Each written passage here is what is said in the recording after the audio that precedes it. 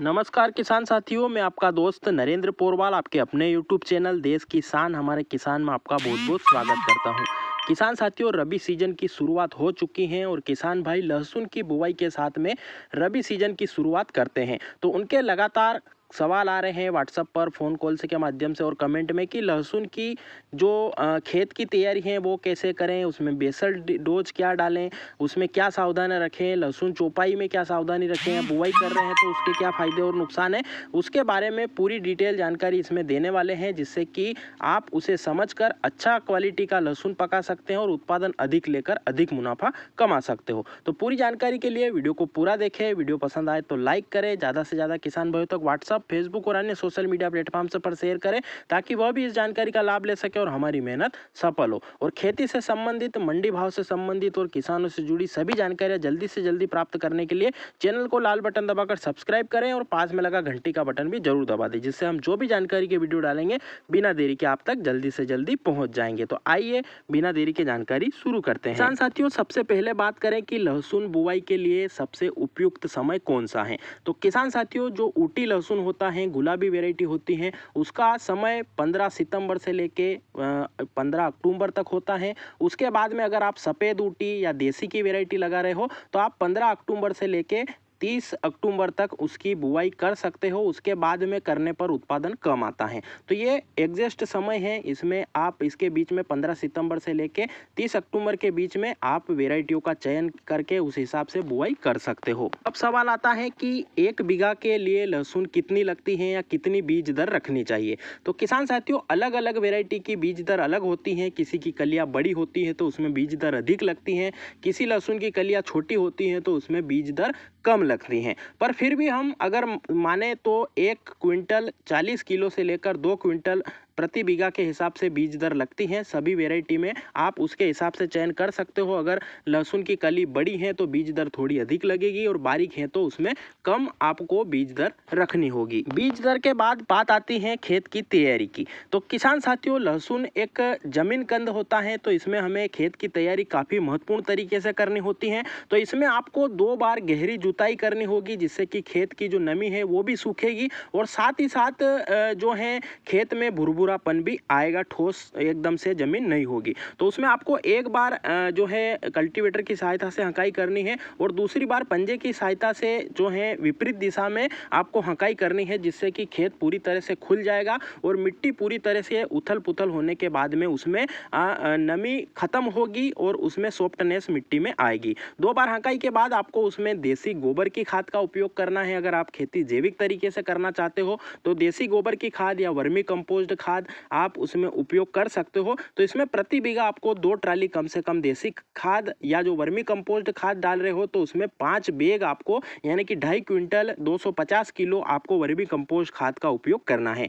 इसमें सावधानी रखनी है कि खाद अच्छा पका हुआ होना चाहिए, कच्चा नहीं होना चाहिए, नहीं तो उसमें फंगस जनित रोग लगने की संभावना रहती है। तो पक्का गोबर का खाद होता है उसका उपयोग करना है, जिससे कि कार्बनिक तत्व खेतों में बढ़ेंगे और मिट्टी में भुरभुरापन रहेगा, केंचुओं की संख्या बढ़ेगी और जड़ों में पोषक तत्व अधिक होने के कारण आपकी लहसुन अच्छी ग्रोथ करेगी। वैसे तो देसी गोबर का खाद लगभग प्रत्येक 3 वर्षों में करना ही करना चाहिए, अगर आप कोई सी भी फसल लगा रहे हो। अगर आपने अभी पिछले वर्ष या जो पिछली सीजन में देसी गोबर का खाद का उपयोग किया है या जैविक खाद का उपयोग किया है तो आप गोबर की खाद अभी नहीं डालोगे तो भी चल जाएगा। बाकी अगर 3 वर्ष से ज़्यादा आपकी ज़मीन में देसी गोबर की खाद डाले हुए हो गए हैं तो आपको निश्चित ही उसमें देसी गोबर की खाद डालनी चाहिए, जिससे कि आपका उत्पादन भी अच्छा रहेगा और कम खर्चे में, कम लागत में आप अधिक उत्पादन कमा सकते हो। उसके बाद बात आती है रासायनिक उर्वरक की। तो रासायनिक उर्वरक का उपयोग की अगर हम बात करें तो इसमें आप जो है 2 बैग प्रति बीघा के हिसाब से सिंगल सुपर फास्फेट का उपयोग कर सकते हो, जिसमें कि फास्फोरस और सल्फर की मात्रा होती है। इसे भी आप खेत की तैयारी करते समय ही डाल सकते हो। या फिर आप सिंगल सुपर फास्फेट नहीं डाल रहे हो तो 40 किलो प्रति बीघा बीघा के हिसाब से आपको डीएपी लेना है। अगर आपके यहाँ पर डीएपी जो डाई अमोनियम फास्फेट 1846 उपलब्ध नहीं है तो आप इसकी जगह 12-32-16 एनपीके खाद का उपयोग भी कर सकते हो। और अगर आप डीएपी उर्वरक डाल रहे हो तो 40 किलो प्रति बीघा लेना है, और अगर आप एनपीके डाल रहे हो तो उसकी मात्रा आपको 50 किलो प्रति बीघा लेनी है। अगर आप डीएपी डाल रहे हो तो उसके साथ में आपको जो पोटास होता है, म्यूरेट ऑफ पोटास, उसकी मात्रा भी 30 किलो प्रति बीघा के हिसाब से लेनी होगी। उसमें आपको 18 किलो प्रति बीघा के हिसाब से यूरिया की मात्रा भी अभी मिला देनी है, जिससे कि नाइट्रोजन की पूर्ति शुरुआती अवस्था में पौधे को नहीं होगी, तो वो भी मिला लेना है। साथ ही साथ आपको 5 किलो प्रति बीघा के हिसाब से जो सल्फर की मात्रा होती है, जो दाल वाला सल्फर होता है, बेंटोनाइट सल्फर, उसकी मात्रा लेनी है। अगर आप पाउडर वाला 90% वाला सल्फर लेते हो तो उसकी 3 किलो प्रति बीघा आपको मात्रा ले लेनी है। ये बात हो गई बेसल डोज की। इसी में आपको, अगर आपके यहाँ पर कीड़ों की समस्या रहती है या वायर वर्म की समस्या बहुत ज़्यादा रहती है, तो उसमें आपको जो कीटनाशक होते हैं, बहुत सारे दानेदार कीटनाशक आ रहे हैं, जैसे क्लोरेंट्रानिलीप्रोल हो गया, या फिर जो फिप्रोनिल हो गया, या कार्बोफ्यूरान हो गया। इस तरीके से आपको 3 किलो प्रति बीघा के हिसाब से आपको कीटनाशक जो दानेदार आता है उसकी मात्रा भी बेसल डोज में मिला लेनी है। इन सभी को मिक्स करने के साथ ही आप इसमें अगर सल्फर नहीं डाल रहे हो तो माइकोराजा जो 2 किलो प्रति बीघा के हिसाब से आता है, जो कि बहुत सारी कंपनियां बना रही हैं, आप 2 किलो प्रति बीघा के हिसाब से माइकोराजा की भी इसमें मिक्स कर सकते हो, जो कि टाटा का राली गोल्ड भी आता है, या फिर धानुका का सुपर राइजा के नाम से आ रहा है वो ले सकते हो, क्रिस्टल का क्रिस्टो राइजा के नाम से आ रहा है। कोई सा भी आप किसी भी कंपनी का 2 किलो माइकोराजा मिला सकते हो, जिससे कि जड़ों का विकास अच्छा होगा और शुरुआती अवस्था में खेत में भुरभुरापन या मिट्टी में सॉफ्टनेस रहेगी, जिससे कि जड़ें अच्छी चलेगी और द्वितीयक जड़ों का विकास भी अच्छा होगा और पोषक तत्वों की पूर्ति होती रहेगी। तो इन चीज़ों का आपको मिश्रण कर लेना है और एक समान रूप से खेतों में भुरकाव करना है। अब आपको यहाँ पर जो रासायनिक उर्वरक ले रहे हो उसमें सावधानी आपको यही रखनी है कि आपको खादों का मिश्रण खेतों में उड़ाते समय ही करना है, नहीं तो आप इन सभी चीज़ों का मिश्रण करके 1-2 दिन रखते हो तो फिर इसमें खराबी होने की शिकायत आती है। आप इनका कोशिश करें कि जब खेत में भुरकाव करने वाले हो उसी समय इनका जो है आपस में मिलाव करें और उसके बाद में भुरकाव करें। एक किसान भाई महत्वपूर्ण गलती एक और कर देते हैं कि वो सिंगल सुपर फास्फेट भी ले लेते हैं, अंदर पोटास भी ले लेते हैं, डीएपी भी ले लेते हैं। इन सभी का मिश्रण भी आपको नहीं करना है। अगर आप सिंगल सुपर फास्फेट डाल रहे हो तो आपको डीएपी डालने की आवश्यकता नहीं है, वो अनावश्यक खर्चा हो जाता है। अगर आप एनपीके ले रहे हो तो आपको डीएपी या सिंगल सुपर फास्फेट डालने की आवश्यकता नहीं है। उर्वरकों का प्रयोग करने से पहले आपको अपनी मिट्टी की जो जांच होती है या मिट्टी की उर्वरा क्षमता को भी परीक्षित करवा लेना चाहिए, क्योंकि आपकी मिट्टी में कौन से पोषक तत्वों की आवश्यकता है या बेसल डोज में जो लगने वाले मुख्य खाद उर्वरक हैं उनमें से आपके यहाँ पर किस चीज़ की कमी है, उसकी अगर आप पूर्ति करते हो तो आपको अधिक लाभ मिलेगा। क्योंकि जो चीज़ हमारे खेतों में पड़ी है उसका हम बार बार अगर डालते रहते हैं तो उससे कोई भी फायदा नहीं मिलता है और किसान भाइयों की जो लागत है उस पर अनावश्यक बोझ बढ़ता जाता है। तो आपको मिट्टी परीक्षण हर 2 से 3 वर्ष में करा लेना चाहिए, क्योंकि किसी मिट्टी में नाइट्रोजन की अधिकता होती है तो किसी में फास्फोरस की अधिकता होती है, तो उसका हम बार बार डालकर उसे और बढ़ाते रहते हैं और मिट्टी में क्षारीयता या लवणपन बढ़ जाता है, जिससे भी मिट्टी की उर्वरक क्षमता प्रभावित होती रहती है और एक खाद का उपयोग करने से मिट्टी में वही पोषक तत्व ज़्यादा हो जाते हैं, बाकी जो पोषक तत्व होते हैं या मुख्य पोषक तत्व होते हैं उनकी कमी होती जाती है और पौधे में वो ग्रोथ हमें देखने को नहीं मिलती है। उस परेशानी से काफ़ी ज़्यादा किसान भाई अभी जो है जूझ रहे हैं और काफ़ी ज़्यादा क्षेत्रों में फसलें एकदम से अच्छी दिखती रहती हैं और बाद में जाकर एकदम से डाउन होने का यही कारण मुख्य वजह अभी मानी जा रही है। तो आप खाद उर्वरकों का संतुलित मात्रा में ही उपयोग करें, जिससे कि आपको आने वाले दिनों में आपकी मिट्टी है उसकी जो उपज क्षमता है वो बनी रहेगी, एकदम से बंजर नहीं होगी। और कुछ मात्रा में आप जैविक खेती की ओर भी अभी अग्रसर होते रहें। आपके पास 10 बीघा जमीन है तो आप 2-3 बीघा में कोशिश करें कि जैविक रूप से खेती करें, रासायनिक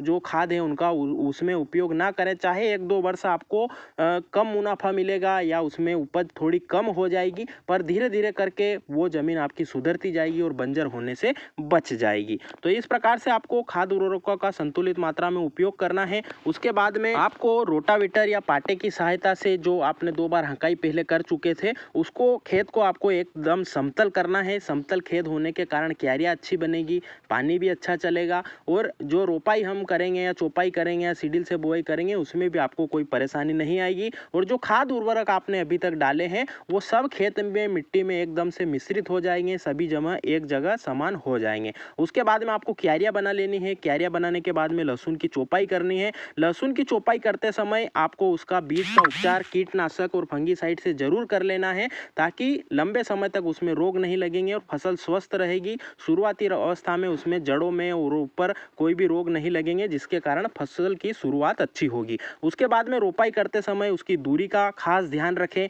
आप जो कली से कली की दूरी है उसकी दूरी कम से कम 4 इंच जरूर रखें और जो लाइन से लाइन की दूरी है उसकी दूरी भी आप 4 से 5 इंच जरूर रखें। बाकी वेराइटी अनुसार इसकी दूरी आप 5 से 6 इंच भी कर सकते हो, उसमें कोई नुकसान नहीं है। जितनी दूरी पर पौधा रहेगा उतनी ही उसकी पोषक तत्वों की पूर्ति अच्छे से होगी और उसमें कंद अच्छा बनेगा, क्वालिटी अच्छी बनेगी, कलियाँ अच्छी बनेगी और बाद में जाकर रोग भी कम लगेंगे। तो इस प्रकार से आप रोपाई करें। अगर आप सीडील से बुआई कर रहे हो तो सीडील से भी करवा सकते हो, उसमें भी ज़्यादा गहराई में बीज न डालें, ऊपर ही ऊपर बीज डालें, वो इसमें सावधानी जरूर रखें। उसके बाद में इसमें अगर आप बेड के द्वारा सिंचाई कर रहे हो या बेड के द्वारा आप रोपाई कर रहे हो तो उसमें सिंचाई के लिए ड्रिप का ही उपयोग करें, क्योंकि बेड अगर स्प्रिंकलर से हम सिंचाई करते हैं तो उसमें मिट्टी धुलने का खतरा रहता है। रोपाई के बाद बात आती है सिंचाई की, तो आप इसमें अगर आपकी खेत जो है समतल हैं तो उसमें खुली सिंचाई भी कर सकते हो। खुली सिंचाई में सावधानी यही रखें